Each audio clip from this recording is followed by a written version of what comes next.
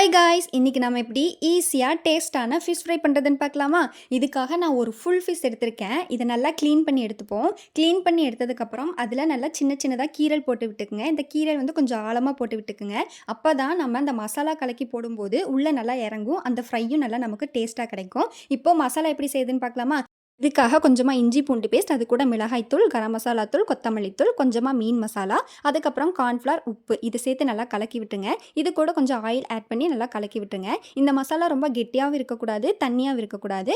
So கொஞ்சமா water add பண்ணிக்கிறேன். அவ்வளோதான், நமக்கு மசாலா ரெடி ஆயிடுச்சு. இதை வந்து ஃபிஷ்ல ஃபுல்லாக தடவி எடுத்துக்குங்க. தடவி எடுக்கும்போது அந்த கீரல் போட்டோம் இல்லையா, அதுக்குள்ளேலாம் நல்லா சேர்த்து அந்த ஃபிஷ்ல வந்து ஃபுல்லாக மேரினேட் பண்ணி வச்சுருங்க. நல்லா இந்த மசாலா ஃபுல்லாக கோட் ஆகிற மாதிரி பார்த்துக்குங்க. அப்போ தான் இந்த ஃபிஷ் ஃப்ரை வந்து ரொம்பவுமே டேஸ்ட்டாக வரும். அவ்வளோதான், இது இடையில ஒரு போட்டு வச்சு ஒரு 1 மணி நேரம் போல் விட்டலாம். இப்போ நான் கடாய் எடுத்து வச்சுக்கிறேன். அதில் தேவையான அளவு ஆயில் சேர்த்திக்கலாம். ஆயில் நல்லா ஹீட் ஆனதுக்கப்புறம் நம்ம மேரினேட் பண்ணி வச்சு அந்த ஃபிஷ்ஷை வந்து சேர்த்துக்கலாம். அடுப்பை சிம்மில் வச்சுக்குங்க.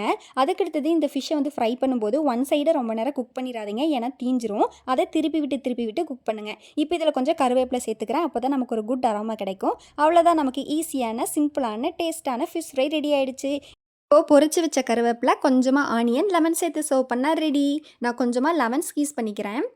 சரி, டேஸ்ட் பண்ணி பார்த்துருவோமா? வெளியில கிறிஸ்பியா, உள்ள சாஃப்ட்டா, பார்க்கவே சூப்பரா இருக்கே!